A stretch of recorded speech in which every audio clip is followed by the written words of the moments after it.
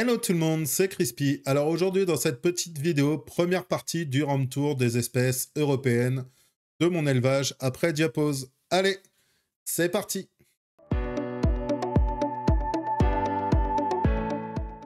Alors, avant de démarrer la vidéo, petit rappel sur ce qui s'est passé pendant la diapause, ce qui m'est arrivé, et faire un petit topic de cette diapause 2024. Comment elle a été. Alors, pour cette diapause, ça n'a pas été comme je l'aurais souhaité. Littéralement, dans la pièce où elles étaient, c'était la cata au niveau des températures. Alors, l'année dernière, j'avais réussi à avoir des températures un peu inférieures à 10 degrés. Et là, cette année, j'ai même pas atteint les 10 degrés. Je le dis honnêtement, je n'ai même pas atteint les 10 degrés. Bon, ça n'empêche que la diapause a quand même été faite. Il n'y a pas eu de souci par rapport à ça. Mes rennes se sont arrêtées de pondre. Le couvain n'a pas évolué. Donc, il y a eu quand même diapause. Mais les températures n'ont pas été des températures souhaitées, littéralement. Alors, autre chose que je ne ferai pas l'année prochaine, que j'avais fait la première année, que j'ai pas voulu faire cette année et que je ferai l'année prochaine, littéralement leur laisser à manger. Alors, j'ai eu énormément de pertes dues à ça, à mon avis, dû au fait qu'ils n'avaient pas de ressources à proprement dit.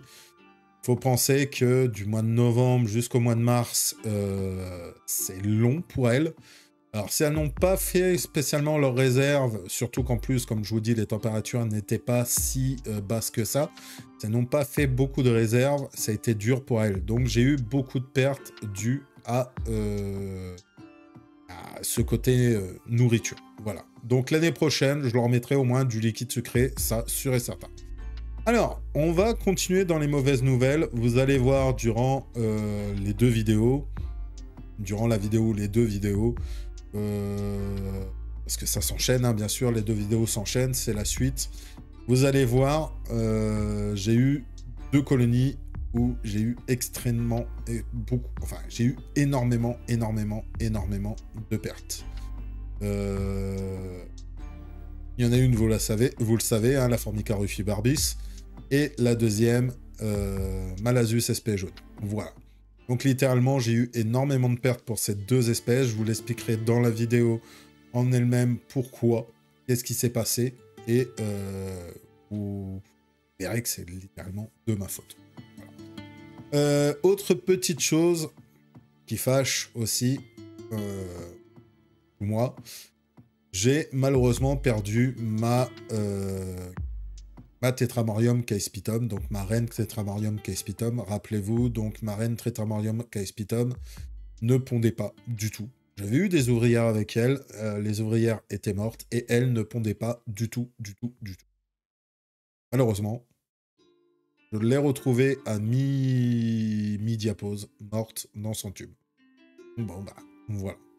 Ça a été négatif, donc on ne verra plus de Tetramorium caespitum dans mes vidéos.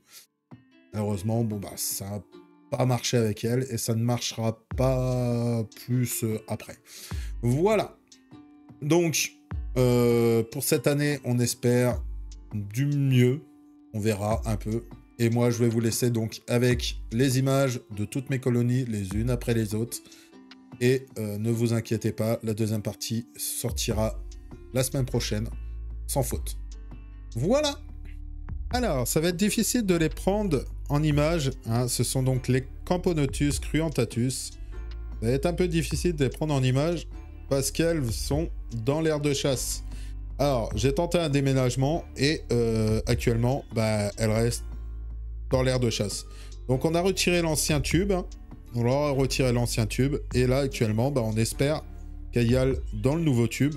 Alors, quoi vous dire sur cette espèce? Tout s'est très bien passé. C'est l'une des espèces où ça s'est passé à merveille, cette diapause. Et j'attends juste maintenant qu'elles y aillent dans leur nouveau tube. Hein, qu'elles puissent déménager. Alors, j'ai encore un très beau couvain. Alors, je ne sais pas si on va le voir là. Je ne le vois pas spécialement. Il est peut-être dans le tube. J'arrive pas à le voir là sur les images. Mais il reste un très beau couvain. Et sinon, l'espèce en elle-même va très bien. Enfin, la colonie en elle-même va très bien. Du coup, on espère qu'elle déménage, déjà. Qu'elle déménage énormément. Et qu'elle continue à prospérer comme elles ont fait en fin d'année de 2024. Voilà. La Camponotus lateralis, littéralement l'une de mes espèces préférées au niveau des espèces de fourmis. Alors, elle a eu le droit à son petit déménagement. Elle avait la réserve d'eau totalement asséchée, donc elle a eu le droit à sa petite, à son petit déménagement. Alors, rappelez-vous, parmi cette espèce, j'avais une petite ouvrière qui était toute blanche. Alors, vous ne rêvez pas, malheureusement, je l'ai perdue pendant cette diapose. Donc, j'ai eu... c'est la seule même perte que je déplore au niveau de cette colonie. J'en suis peiné parce que j'aimais bien la regarder, j'aimais bien la voir évoluer parmi les autres, voir un petit peu s'il y avait une différence. Je n'avais pas réellement vu de différence par rapport à cette espèce, enfin par rapport aux autres ouvrières. Et tout allait bien pour elle, mais vraiment, vraiment très bien pour elle. Mais elle n'a pas survécu à cette diapose. J'en suis un peu peiné. Alors, est-ce que j'en aurai d'autres? Telle est la question. On verra bien. Pour l'instant, je n'ai eu que des noirs. C'était la seule blanche que j'avais eue. On reverra. Hein, on verra bien si ça va. On verra bien si on en a d'autres. Et j'espère vraiment... Alors, comme vous pouvez voir, il y a un petit peu de couvain encore. J'espère que ce couvain va augmenter un petit peu. Et qu'elle va pouvoir grandir un petit peu sa colonie. Alors j'ai eu du mal l'année dernière avec elle. Alors je pense... Alors je suis pas encore sûr, mais je pense que je vais la laisser aussi tranquille, comme toutes ces espèces où j'ai eu un peu de mal, pour pouvoir littéralement avoir une belle colonie. Voilà. La Camponotus pilicornis, donc elle est partie en diapose avec 2 ouvrières. Elle les a toujours. Elle a 3 larves qu'elle avait au moment de la diapose, donc qu'elle partait en diapose. Tout va très bien pour elle. Alors, j'espère pareil une reponte assez rapide de cette espèce où j'ai eu vraiment du mal à la faire partir cette année, donc l'année 2024. J'espère vraiment que 2025, ce sera mieux, largement mieux. On fait tout pour, hein, petite protéine, petite gelée protéinée et tout ça. On va essayer vraiment de créer une belle colonie de cette espèce et pouvoir avoir des très belles ouvrières donc de cette espèce. Alors, pour cette petite espèce, j'avais littéralement, hein, j'ai dit littéralement que j'allais moins en moins la faire voir pour pouvoir littéralement qu'elle puisse fonder assez facilement sa colonie. Mais là, tout va très bien pour elle. La Camponotus sanctus. Alors, pareil, petite espèce où j'ai eu vraiment du mal à faire fonder l'année dernière. Mais vraiment du mal. Hein, comme vous pouvez voir, elle n'a qu'une seule ouvrière. C'est très peu pour une année. Hein, vraiment très peu. Même totalement peu. J'espère réellement que cette année, ce sera la bonne année. Là, la diapose s'est bien passée. J'attends la première ponte. Et on verra un peu comment ça va. Alors, comme toutes les espèces où j'ai eu du mal l'année dernière de les faire fonder assez durement, pareil, je vais les mettre bien comme il faut dans leur petit coin. Et je les ressortirai quand elles auront quand même pas mal d'ouvrières. Donc je les ferai voir vraiment au moment où je verrai beaucoup d'ouvrières de ces colonies. Mais là, elle se porte bien. Alors, elle est très peureuse, mais vraiment très peureuse. On a recommencé à les nourrir, hein, et on espère, on va croiser les doigts, que ça marche cette année pour cette espèce aussi. La petite Camponotus sylvaticus, donc petite nouvelle de cette année. Donc, qui a une petite ouvrière pour l'instant. Alors, elle n'a pas encore répondu, hein, elles viennent de sortir de diapose, donc elles n'ont pas encore vraiment répondu. Pour l'instant, je les vois bien vifs. Alors, j'avais peur quand je les avais reçus donc en fin d'année, là. J'avais eu vraiment, vraiment, vraiment peur parce qu'elle me semblait vachement faible comme jean. Et là, je vois que tout va bien. Là, les températures remontent un peu. Je vois qu'elle se démerde beaucoup plus. On va attendre, on va voir et on va croiser les doigts d'une première ponte chez moi de cette colonie. Voilà. Crématogaster auberti. Alors, les Crématogaster auberti, j'ai pas eu de perte à proprement dit. Donc le couvain est toujours là, toujours bien. Elles vont très bien. Alors, elles ont vraiment un développement beaucoup, beaucoup, beaucoup moins rapide que les Scultellaris, hein, je le dis honnêtement. Mais elles vont très bien. Alors, actuellement, elles sont dans un tube qui est complètement sec.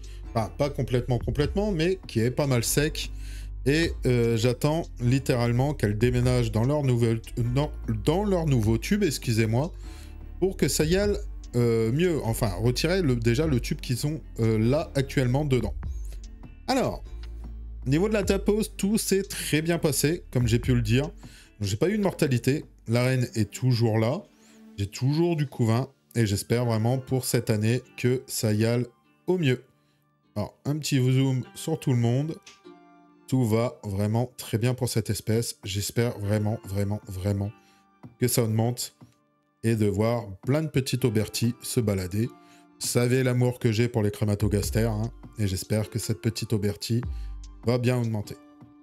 La Crématogaster Smithy. Alors, il faut que j'apprenne vraiment à dire son nom, parce qu'il est vraiment particulier. Hein. Donc, Crématogaster Smithy. Donc du nom de celui qui l'a découvert, hein, bien sûr. Alors, elle va très bien. Comme vous pouvez le voir, elle a répondu assez vite. Donc elle avait eu 1 ou 2 œufs quand je l'ai eu. Et là, comme vous pouvez voir, elle en a déjà 3 ou 4. Donc c'est très bien. Alors, franchement, j'espère littéralement que cette petite espèce, ça va bien fonctionner. Alors, je vais vous faire un petit zoom, voir si on peut la voir mieux. Excusez-moi, voilà.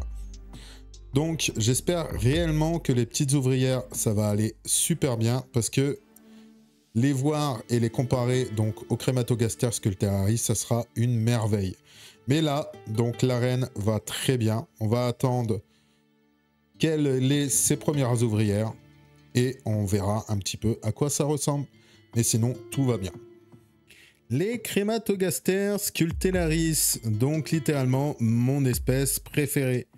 Eh ben, dites-vous que pour une fois, c'est une espèce qui littéralement me va très bien. Alors, j'ai eu des moments difficiles avec les Crématogaster Scultellaris et là, enfin, j'ai une colonie qui tient. Donc, une reine qui tient, une colonie qui tient. Enfin, je suis comblé par cette espèce. Alors, ça n'avait pas retiré le côté que j'affectionne énormément cette espèce. Mais là, ça y est, enfin, j'ai une colonie qui commence à augmenter, qui commence à avoir un beau petit nombre et littéralement qui est quand même assez vorace. Alors, la reine en elle-même va très bien. Elle va superbement bien. J'ai un très très beau couvain. Donc là, alors, là ici, non, ce sont des restes de blattes que je leur ai donné. Et à côté, là, donc les petits trucs blancs que vous voyez, ce sont vraiment le couvain en lui-même qui va très très très bien et qui est assez grand. Alors, il y a pas mal d'activités, vraiment pas mal d'activités dans l'aire de chasse. Alors oui, petite chose aussi, elles ont leur réserve qui est totalement sec. C'est une espèce que je n'arrive pas à mettre en humide. Bon, elles se sentent bien comme ça. Vous voyez un peu l'activité, hein. Elles se sentent vraiment bien comme ça, donc je les laisse. Voilà donc pour les Crématogaster Scultellaris. Là, ça va très bien et j'en suis très heureux. Ma Formica Rufibarbis. Alors, vous avez suivi son aventure. Malheureusement, son aventure un peu macabre. Comme vous vous rappelez, hein, j'ai dû faire un déménagement assez rapide, la remettre en tube assez rapidement, car ces ouvrières, malheureusement, mouraient une après les autres. Donc j'avais une très belle colonie avant diapose de cette espèce, et malheureusement, elle a perdu toutes ses ouvrières. Alors, bonheur, pour moi, elle a très vite répondu. Là, comme vous pouvez voir, elle se nourrit elle-même d'insectes. Donc là, c'est son dernier petit repas que je vais lui donner parce que j'ai vu qu'elle avait bien répondu. Donc je vais attendre, je vais faire en sorte qu'elle s'occupe bien de son couvain. Et on verra après, pour les renourrir, quand j'aurai les premières ouvrières. Alors, je vais vous expliquer un petit peu. Donc, au moment que j'avais fait la vidéo par rapport à ça, je ne savais pas trop ce qui s'était passé. Maintenant, littéralement, je vais vous le dire. Je sais très bien ce qui s'est passé. J'ai eu un autre exemple, hein, malheureusement, vous allez le voir. Alors, pas dans cette vidéo-là, dans la prochaine vidéo, parce que la vidéo présentation, donc home tour de mes espèces après diapose, de mes espèces européennes après diapose, se fera en deux parties. Hein. Donc, vous le verrez dans la deuxième vidéo qui paraîtra la semaine prochaine, que j'ai eu le même tour avec Melasus SP jaune. Donc, vous verrez bien. Donc, là, je me suis demandé ce qui s'était passé. J'ai pensé à une maladie, j'ai pensé à un parasite. Et j'avais pensé aussi à l'humidité. Et effectivement, c'est ce qui s'est passé. Manque d'humidité. Manque énorme d'humidité pour cette espèce qui en a besoin. Et littéralement, j'ai cru qu'elle n'en avait pas besoin parce qu'au moment que j'avais la formation des cocons, en fait, j'avais des nymphes nues. J'avais que des nymphes nues. Alors, on m'a renseigné, on m'a dit que c'était normal chez cette espèce, donc que j'avais pas à m'inquiéter et qu'effectivement, il fallait leur mettre de l'humidité quand même. Chose que j'avais pas fait et malheureusement, j'en ai payé les circonstances. Alors, le fait qu'elle ait répondu, j'en suis content, j'en suis énormément content et on attend la suite avec impatience. On attend les premières ouvrières qui reviennent, donc les ouvrières de 2025 qui reviennent et qui puissent l'aider. Mais elle se nourrit toute seule, comme vous pouvez le voir, elle se nourrit très bien toute seule. Les Formica sanguinea, donc petite espèce esclavagiste, hein, qui va chercher des cocons, enfin qui tue la reine et va chercher des cocons pour pouvoir créer sa colonie. Alors, pour elle, pareil, la diapose s'est très bien passée. Alors, j'ai dû avoir une ou deux ouvrières Fusca de mortes. Ce n'est vraiment rien, mais vraiment rien. Sinon, tout va très bien pour elles, mais vraiment très bien. Elles sont hyper agressives, donc elles retrouvent leur côté agressif qui leur connaît, hein, qui connaît au Formica. Tout va très bien, j'en suis plus que ravi. Là, vous voyez bien la différence entre les ouvrières sanguinea et les ouvrières Fusca. Hein. Donc, je vous rappelle, les plus petites toutes noires, ce sont les Fusca. Les plus grosses, rouges et noires, ce sont les sanguinea. Donc, tout va très bien pour elles. On a repris aussi le repas, hein, et elles en raffolent. Elles se sont jetées dessus, tout se passe très bien pour cette espèce.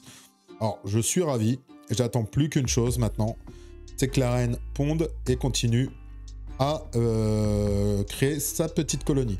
Alors, je rappelle que je vais essayer de me procurer donc une Fusca, donc une colonie de Fusca, mais actuellement, j'aurais voulu avoir quelques cocons de Fusca pour pouvoir leur remettre, pour pouvoir recréer un petit peu d'ouvrières Fusca, qu'il y ait un peu plus d'ouvrières Fusca pour les aider.